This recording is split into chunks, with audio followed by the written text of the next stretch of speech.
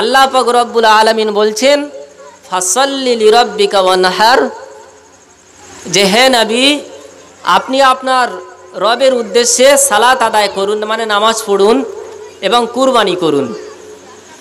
তো নামাজ পড়তে হবে, তারপরে কুরবানি করতে হবে। এই আমরা রোজার ঈদ সেরে উঠেছি, রোজার ঈদ পালন করেছি। এবার আমাদের কাছে যে ঈদটা আসছে সেটা হচ্ছে কিসের ঈদ? কুরবানির ঈদ। তো কুরবানির ঈদ সেটাকে বলা হয় ঈদ উল আজহা।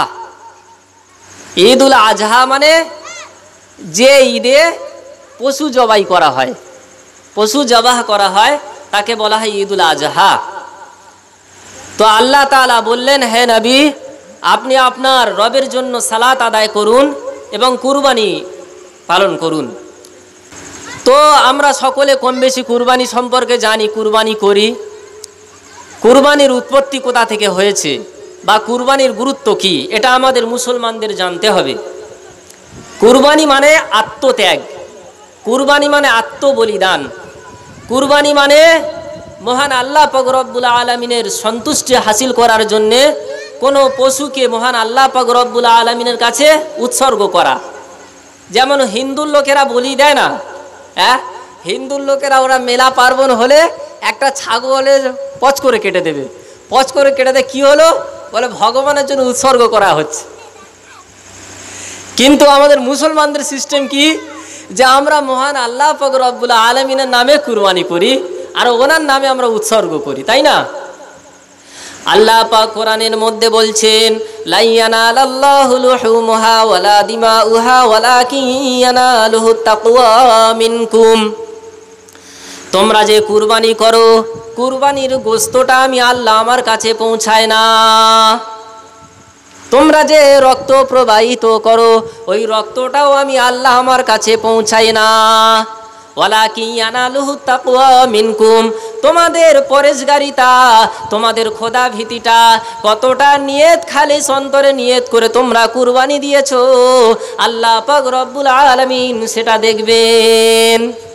কোরআন শরীফে বলা হচ্ছে, কত মোটা তোয়াজা দিলে সেটা দেখা হবে না, তো দেখা হবে কি তাকওয়া, পরেশগারি। হ্যাঁ, আমি অল্প পয়সায় যদি কোনো একটা পশু কিনি, সেটা যদি মহান আল্লাহ পাক রব্বুল আলামিনের সন্তুষ্টি হাসিলের উদ্দেশ্য হয়, তো আল্লাহ পাক রব্বুল আলামিন ওই কুরবানিটা কবুল করবেন। কিন্তু আল্লাহ ছাড়া অন্য কারোর নামে যদি উৎসর্গ করা হয়, কুরবানি দেওয়া হয়, ওই কুরবানিটা কি কবুল হবে? কি বলেন? ওই কুরবানিটা কবুল করা হবে না।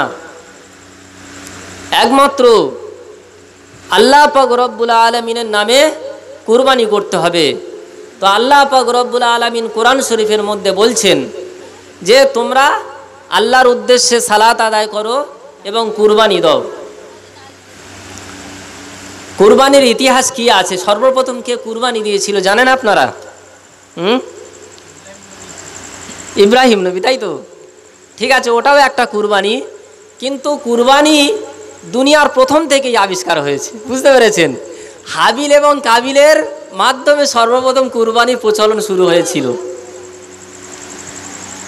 আল্লাহ পাক কোরআন মাজিদের মধ্যে বলছেন, ওয়াতলু আলাইহিম নাবা আবনাই ইদ কররাবা কুরবানান ফাতুকুব্বিলা মিন আহাদিহিমা ওয়া লাম ইউতাকাব্বাল মিনাল আখার ক্বালা লামা ক্তুলান্নাকা ক্বালা ইন্নামা ইয়াতাকাব্বালুল্লাহু মিনাল মুত্তাকিন। সূরা মাইদার মধ্যে আল্লাহ পাক রব্বুল আলামিন বললেন, ওয়াতলু আলাইহিম নাবা আবনাই আদামা, আদম নবীর পুত্র হাবিল এবং কাবিলের ঘটনাটা দুনিয়ার মানুষদের কাছে শুনিয়ে দাও। ইদ কররাবা কুরবানান, তারা কুরবানি করতে গিয়েছিল, ফাতুকুব্বিলা মিন আহাদিহিমা, একজনের কুরবানি কবুল করা হয়েছিল, ওয়ালাম ইউতাকাব্বাল আখার, অপরজনের কুরবানি কবুল করা হলো না। আল্লাহ কোরআন শরীফে জানিয়ে দিচ্ছেন, ফাতুকুব্বিলা মিন আহাদিহিমা ওয়ালাম ইউতাকাব্বাল মিনাল আখার। সে তখন বলে দিয়েছে, ক্বালা লা আকতুলান্নাক, বলে আমি তোমাকে মার্ডার করব।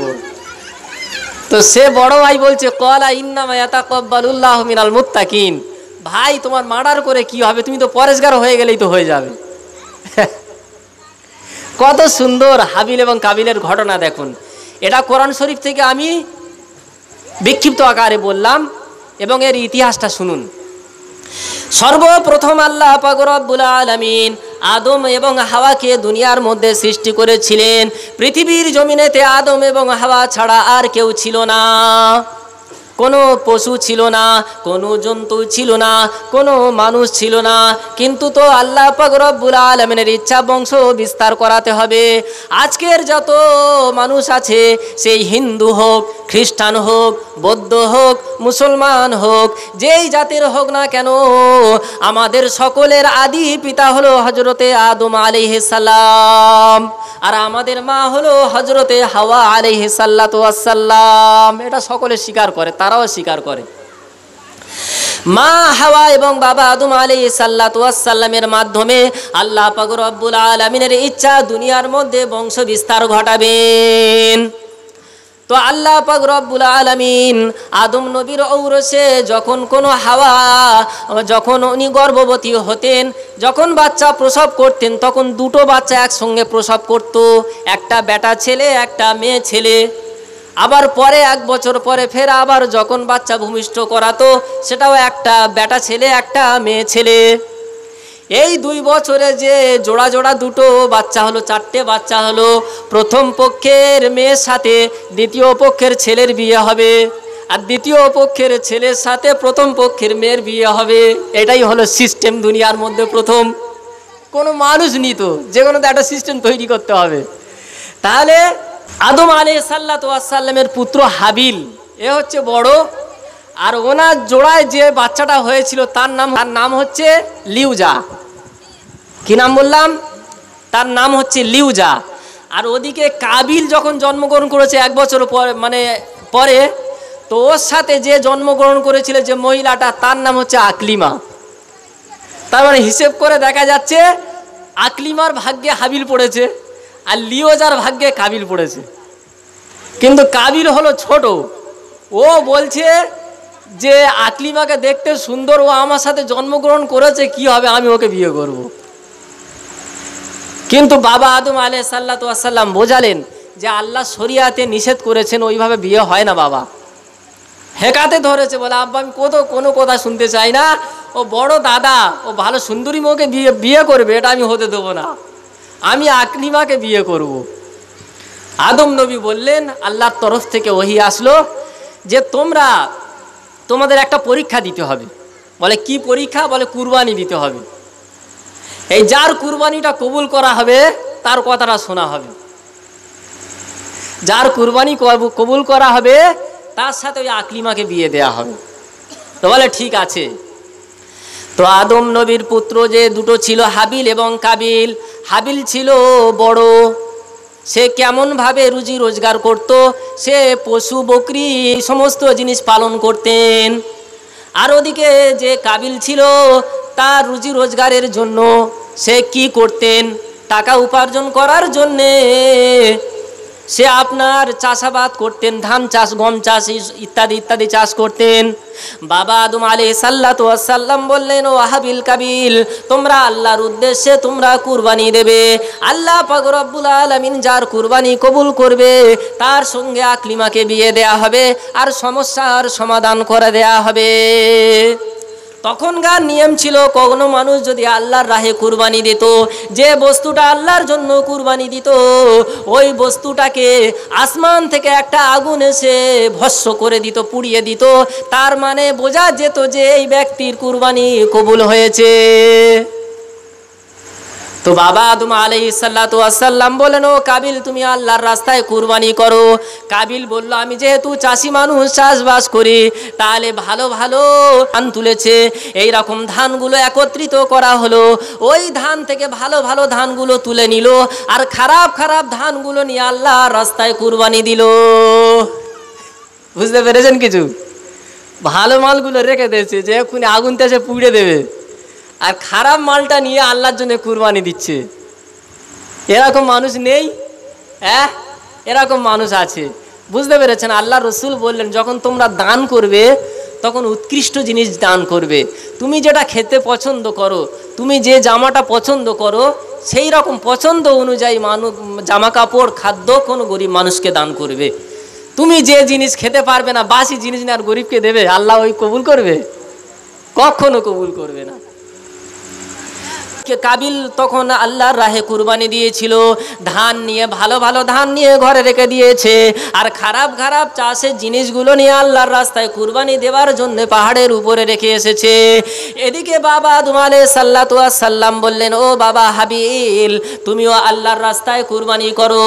হাবিল তার পশু, ভালো ভালো পশুগুলো নির্বাচন করলেন, তার ভিতর থেকে সব থেকে উৎকৃষ্ট মানের যে পশুটা ছিল সেটা নিয়ে আল্লাহর রাহে কুরবানি দিলেন। বলুন সুবহানাল্লাহ। ভালো জিনিসটা পাহাড়ে রেখে দিয়েছে যে আমি আল্লাহর রাস্তায় এটা কুরবানি দেবো। এদিকে দাঁড়িয়ে আছে দুই ভাই, কার কুরবানিটা কবুল হবে সেটা দেখার ব্যাপার আছে। এমতো অবস্থায় মহান আল্লাহ পাক রব্বুল আলামিনের তরফ থেকে আসমান থেকে একটা আলো এসেছে। একটা আলো এসে ওই হাবিলের গরুটা ভস্ম করে দিল, জন্তুটা ভস্ম করে দিল। হাদিস শরীফের ব্যাখ্যায় ইবনে কাসির রহমাতুল্লাহ আলাইহি তিনি বলছেন যে হাবিল যে কুরবানিটা দেওয়ার জন্য নিয়ে গেছিল সেটা ছিল একটা দুম্বা, যেটা জান্নাতের মধ্যে 40 বছর ছিল। আর যখন ইব্রাহিম নবী ইসমাইল নবীকে কুরবানি দিতে ছিল তখন আল্লাহ পাক রব্বুল আলামিন ওই হাবিলের দুম্বাটা নিয়ে ইসমাইলের বদলে পাঠিয়ে দিয়েছিলেন। বলুন সুবহানাল্লাহ। তো কার কুরবানি কবুল করা হলো? হাবিলের কুরবানি কবুল করা হলো। তো যখন হাবিলের কুরবানি কবুল করা হলো, কাবিল রেগে গেছে, বলে বর্দা যা বলবে তাই হবে। ও আমি আসমানের কোনো আগুন মানি না আর আল্লাহকেও মানবো না, তো কি করব? কল আলা আক্তুল আন্নাক, বলে এখন তোমাকে মার্ডার করব। রেগে মেগে আর পারে না, প্রতিহিংসায়, হিংসা বশত তাকে মার্ডার করতে চেয়েছে। তো কাবিল হাবিলকে বলাচ্ছে, কলা ইন্নামা ইয়াতাকাব্বালুল্লাহু মিনাল মুত্তাকিন, ভাই আল্লাহ আমার কুরবানি কেন কবুল করেছেন? আমি পরেশগার বলে, আমি ভালো জিনিসটা আল্লাহকে দিয়েছি বলে তো তবে আল্লাহ পাক কবুল করেছে। তো তুমি আমার মতো ভালো হয়ে যাও, তুমি আমার মতো ভালো জিনিস আল্লাহর রাহে কুরবানি দাও, তাহলে তো সমস্যার সমাধান হয়ে যাবে। সে তখন বলে কোনো কথা চাই না, আমি তোমাকে মার্ডার করব। ক্বালা লা আকতুলান্নাক ক্বালা ইন্নামা ইয়াতাকাব্বালুল্লাহু মিনাল মুত্তাকিন, কোরআন শরীফের মধ্যে বলা হয়েছে। তো কাবিল হাবিলকে বলা হয়েছে হত্যা করেছিল। তো দুনিয়ার মধ্যে যত মানুষ মানুষকে হত্যা করে তার তো পাপ হয়। কোরআন শরীফের মধ্যে লেখা আছে, কোনো মানুষ যদি নিরপরাধ কোনো মানুষকে হত্যা করে সে যেন সারা পৃথিবীর সমস্ত মানুষকে হত্যা করলো। আর যে ব্যক্তি দুনিয়ার কোনো একটা প্রাণকে বাঁচানোর জন্য চেষ্টা করলো সে ব্যক্তিটা সমস্ত বিশ্বের সমস্ত মানুষকেই বাঁচানোর জন্য সে চেষ্টা করলো, আল্লাহ সেই সওয়াব দান করবে। বলুন সুবহানাল্লাহ। তাহলে এর দ্বারা আমরা কি বুঝতে পারলাম? যে হাবিল এবং কাবিল সর্বপ্রথম আল্লাহর রাহে কুরবানি দিয়েছিল।